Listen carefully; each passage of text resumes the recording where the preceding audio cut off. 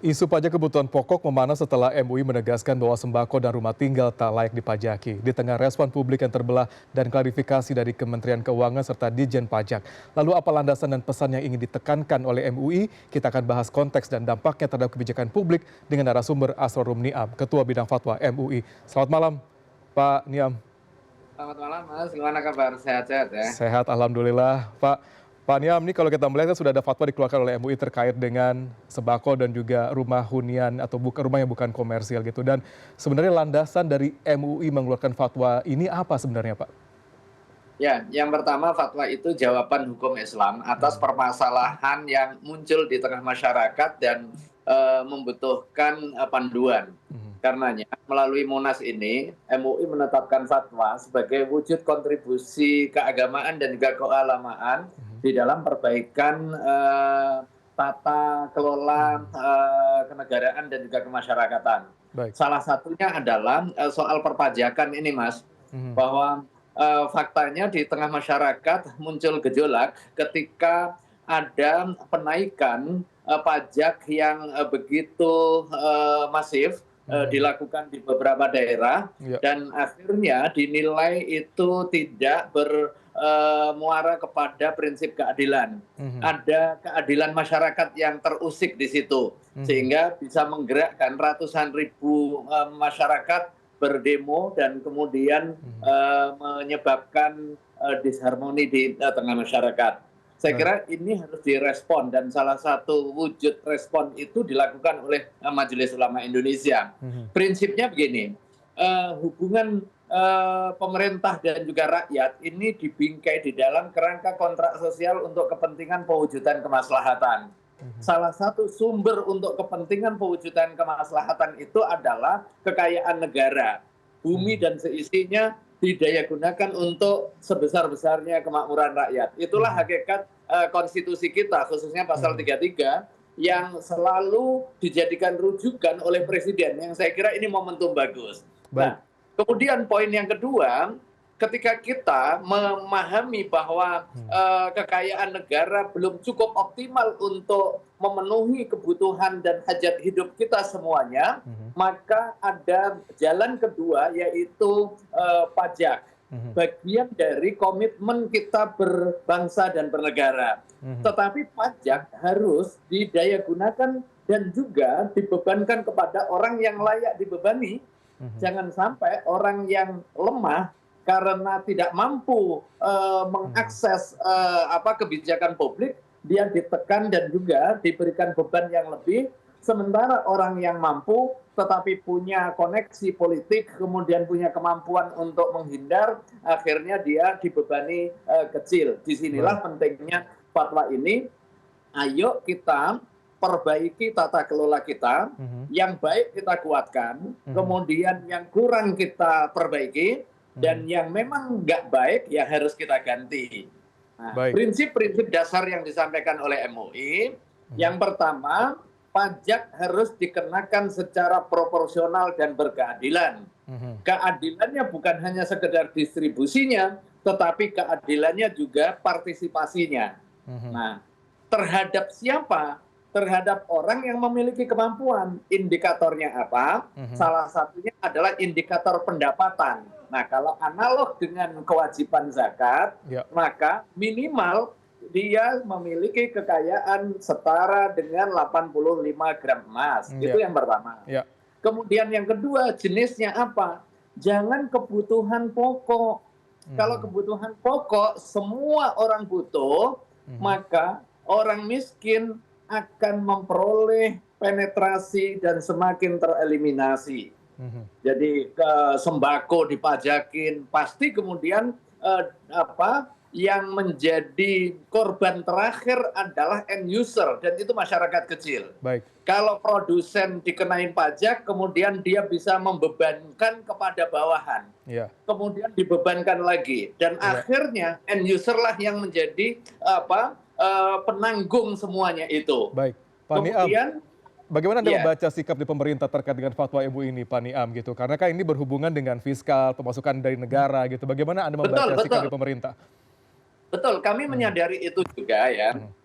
Karena itu MUI di dalam fatwanya ini juga memberikan rekomendasi-rekomendasi yang terukur, faktual dan juga konstruktif ya.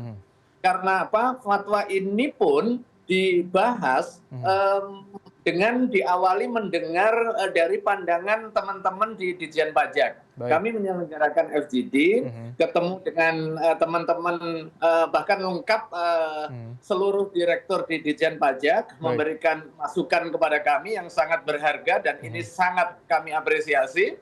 Dan setelah fatwa ini keluar pun kami juga menjalin kontak untuk menindaklanjuti di dalam perbaikan bersama.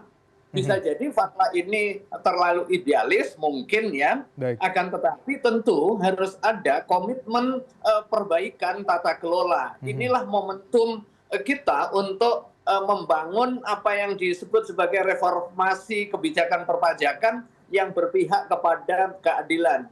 Baik. Tentu kita nggak bisa hanya mengandalkan sesuatu yang usual ya, jadi business as usual. Baik. Tetapi kita perlu melihat secara lebih radikal policy perpajakan kita yang jika ternyata mengusik rasa keadilan sekalipun itu sudah mapan dan juga sudah common, perlu kita telaah dan juga kita perbaiki. Baik, Pak Niam, kalau kita membaca gitu, ada